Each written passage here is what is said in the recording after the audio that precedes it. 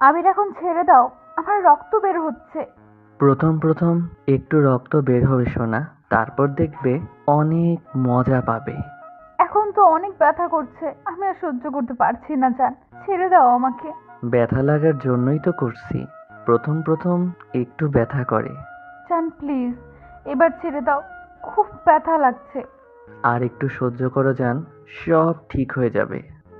কথাটা বলেই আবির চৌধুরী আমার উপর শুয়ে তার ইচ্ছে মতো ব্যবহার করতে লাগলো। নিজেকে দেখে মনে হচ্ছে আমি একটা পতিতা। পতিতাদেরও কেউ এমন করে করে না। আবির তার সমস্ত শক্তি দিয়ে আমাকে করতে লাগলো। কিছুক্ষণের মধ্যে তার শরীর নিস্তেজ হয়ে গেলে আমার গালে একটা কিস করে আমার বুকের উপর শুয়ে পড়ে। আপনারা হয়তো কিছু বুঝতেছেন না, আসেন মূল ঘটনা থেকে ঘুরে আসি। আমি রাইমা চৌধুরী, বাবা মায়ের একমাত্র মেয়ে। আর যে আমার উপর শুয়েছিল সে হলো আবির চৌধুরী, আমার আব্বুর বন্ধুর ছেলে। আমরা ছোটবেলা থেকে একে অপরকে খুব ভালোবাসি। আমাদের রিলেশনের ব্যাপারটা পরিবারের সবাই জানে। ছোটবেলা থেকে বড়ও হয়েছে একসাথে।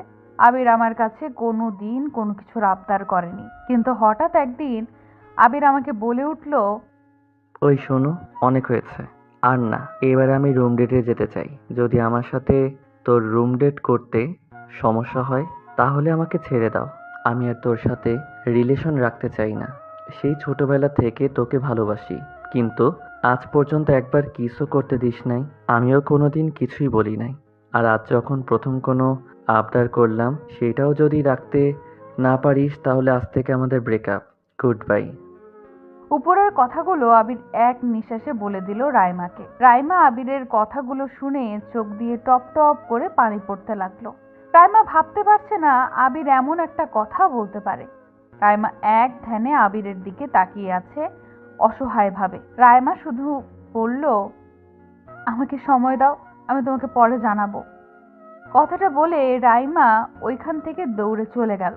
আবির শয়তানি মুচকি হাসি দিয়ে বেঞ্চিতে বসে পড়ল। পেছন থেকে আবিরের বন্ধু এসে বলল, সাবাস দোস্ত, এই না হলে পুরুষ মানুষের মতো কথা। দোস্ত, এতদিন তো আমরা ভাবতাম তুই একটা কাপুরুষ। কথাটা শুনে আবির রাগী লুক নিয়ে সাজিদের দিকে তাকালো। আবির আর ওর বন্ধুরা চলে গেল যার যার বাসায়। রাইমা কলিং বেল বাজাতে লাগলো। দরজা খুলতেই রাইমা ওর আম্মুকে জড়িয়ে ধরে কাঁদতে লাগলো। রাইমার আম্মু অবাক হয়ে বলল, কি হয়েছে রাইমা, কাঁদছিস কেন? রাইমা মামুনি, কি হয়েছে বলো আমাকে। আম্মু, আমি কিছু বুঝতে পারছি না, আমি কি করব। কি হয়েছে, কি বুঝতে পারছিস না, বল আমাকে। না আম্মু, কিছুই না। রাইমা ওর আম্মুকে ছেড়ে দিয়ে দৌড়ে চলে গেল।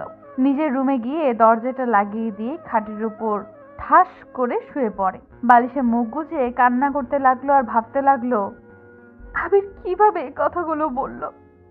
আমি তো এই আবিরকে চিনতে পারছি না। আগের আবিরের সাথে এই আবিরের কোনো মিল নাই। যে ছেলে আমাকে বোঝাতো আজ সেই কিনা বলে আমি তার সাথে রুম ডেট না করলে সে আমার সাথে ব্রেকআপ করে দিবে। আমি ভাবতে পারছি না আবির এই কথাগুলো কিভাবে বলতে পারলো। রাইমা কথাগুলো যত ভাবছে তত কান্না করছে। রাইমা অনেক ভেবে চিন্তা করে সিদ্ধান্ত নিল আবিরকে কল দিল। আবির শুয়ে থেকে বই পড়ছিল, তখন দেখে রাইমা কল করছে। মুচকি হাসি দিয়ে রাইমার কলটা রিসিভ করলো। রাইমা ওপাশ থেকে বলে উঠল, আবির, আমি তোমাকে অনেক ভালোবাসি, নিজের জীবনের থেকেও বেশি ভালোবাসি, এমনকি তোমাকে বিশ্বাসও করি। কথাটা শুনে আবির মুচকি একটা হাসি দিয়ে বলল, জানি তো জান, তুমি আমাকে অনেক ভালোবাসো আর বিশ্বাসও করো। তাহলে জান, তুমি কি রাজি রুম ডেট করার জন্য? রাইমা কিছুক্ষণ চুপ থাকার পর বলে উঠল, না। না কথাটা শুনে সাথে সাথে আবিরের মাথা গরম হয়ে গেল। আবির রাগী কণ্ঠে বলল, এই তোর ভালোবাসা? যেখানে আমাকে বিশ্বাস করতে পারিস না সেখানে আমাকে খুব ভালোবাসিস, তাই না? তোদের মতো মেয়েদের আমার ভালো করে চেনা আছে। আর কখনো আমাকে কল দিবি না। আবির শোনো। কিছু শুনতে চাই না আমি। আর কখনো আমার সাথে যোগাযোগ করার চেষ্টা করবি না। কথাটা বলে আবির কল কেটে দিল। আমি সারা রাত পাগলের মতো কান্না করলাম। রাতে খাইনি, চোখে একটু ঘুমও নেই। কান্না করতে করতে কোলবালিশটা ভিজে গেছে। রাতে খাবার জন্য আম্মু অনেকবার ডেকেছে, আমি বিছানা থেকে উঠতেই ইচ্ছা করছে না। আর 3 দিন হলো বাইরের আলো বাতাস আমার চোখে পড়েনি। এই কয়েকদিনে কেঁদে কেঁদে চোখের নিচে কালো দাগ পড়ে গেছে। শরীরের শক্তি বলতে কিছু নেই। আমি শুধু আবিরের কথাই ভেবেছি। অবশেষে সিদ্ধান্ত নিয়ে নিলাম। রুম থেকে বাইরে বের হয়ে ওয়াশরুমে গিয়ে গোসল করলাম। নিচে গিয়ে নাস্তা করে রুমে এসে আবিরকে কল দিলাম, কিন্তু ফোনটা বন্ধ। রেডি হয়ে আবিরের বাসায় গেলাম। গিয়ে দেখি আবির বাসায়ও নেই। তারপর রিক্সা নিয়ে কলেজ মোড়ের দিকে চলে গেলাম। আবির বসে বসে সিগারেট খাচ্ছে। আমি গিয়ে ওর সামনে দাঁড়িয়ে বললাম, আমি রাজি তোমার সাথে রুম ডেট করতে। কথাটা বলার সাথে সাথেই আবির সহ সেখানে থাকা সকল লোক আমার দিকে তাকিয়ে আছে। আবির বিষয়টা বুঝতে পেরে আমার হাত ধরে একটু দূরে নিয়ে এসে বলল, রাইমা, তোমার মাথা ঠিক আছে? হ্যাঁ, আমার মাথা ঠিক আছে। তাহলে চলো। হ্যাঁ চলো। তারপর বাকিটা তো আপনারা জানেন। আবির, তোমাকে একটা কথা বলি, শোনো। হ্যাঁ বলো জান। আমি তোমাকে আমার জান প্রাণ দিয়ে ভালোবাসি। আমি চাইলেই আমি আমার কথায় দাঁড়িয়ে থাকতে পারতাম। শোনো, বিশ্বাস আর ভালোবাসা আমাকে শিখাতে এসো না। তুমি বলেছিলে না আমি তোমাকে বিশ্বাস করি কিনা? এই দেখো, তোমাকে বিশ্বাস না করলে জীবনেও তোমার সাথে রুম ডেট করতাম না।